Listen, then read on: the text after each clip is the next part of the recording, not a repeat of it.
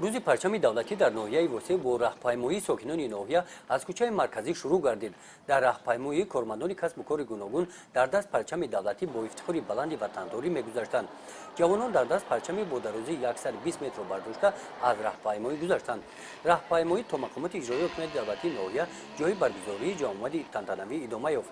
در جامعه ادانه رئیس ناحیه وسه ساکنان ناحیه را بخشیده به روز پرچم دولتی تبریک نموده از جمله قید نمودند که ملت تاجیک زیر پرچم ملی و وحدت و یگانگی رسید و ما می‌باید نیز تحت این رمز مقدس ملی سیاست سازنده و بنیادکارانه اساسگزار اصول وحدت ملی پیشوای ملت پرزیدنت جمهوری تاجیکستان محترم امامعلی رحمان برای بلند برداشتن سطح و صفت زندگی مردم و اعمای جامعه نو جامعه آزاد و دموکراتیک و حقوق بنیاد دنیوی قدم‌های استوار به پیش گذاشته ایستاده‌ایم.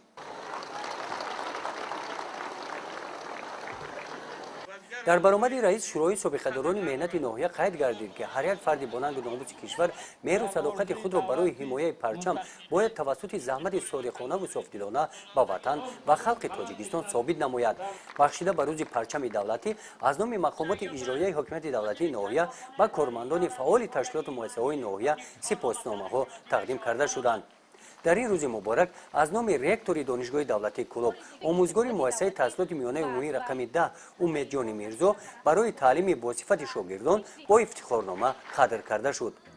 در قسمت فرهنگی چاره‌بینی کارمندان شعبه فرهنگ ناحیه و استعدادهای نورس و جوانان ناحیه با سرود ترانه‌های دلنشین خاطر اشتراکچیان چاره‌بینی را شاد گردانیدند. در این روز بخشیده به روز پرچم دولتی در قسم حربی 13483 وزارت مدافعه جمهوری تاجیکستان واقع در ناحیه وسه نوازکاران بعد قبول سوگند حربی و صف قواهای مسلح جمهوری تاجیکستان صف راستند. بخشیده به روز پرچم دولتی و قبول سوگند حربی در این قسم حربی جامعه ادانه با اشتراک والدان و نمایندگان مقامات اجرایی حکومت دولتی ناحیه دایر گردید. چاره‌بینی با قدم زنی سربازان و درآوردن بیرق حربی و خواندن سرود ملی جنبش گردید.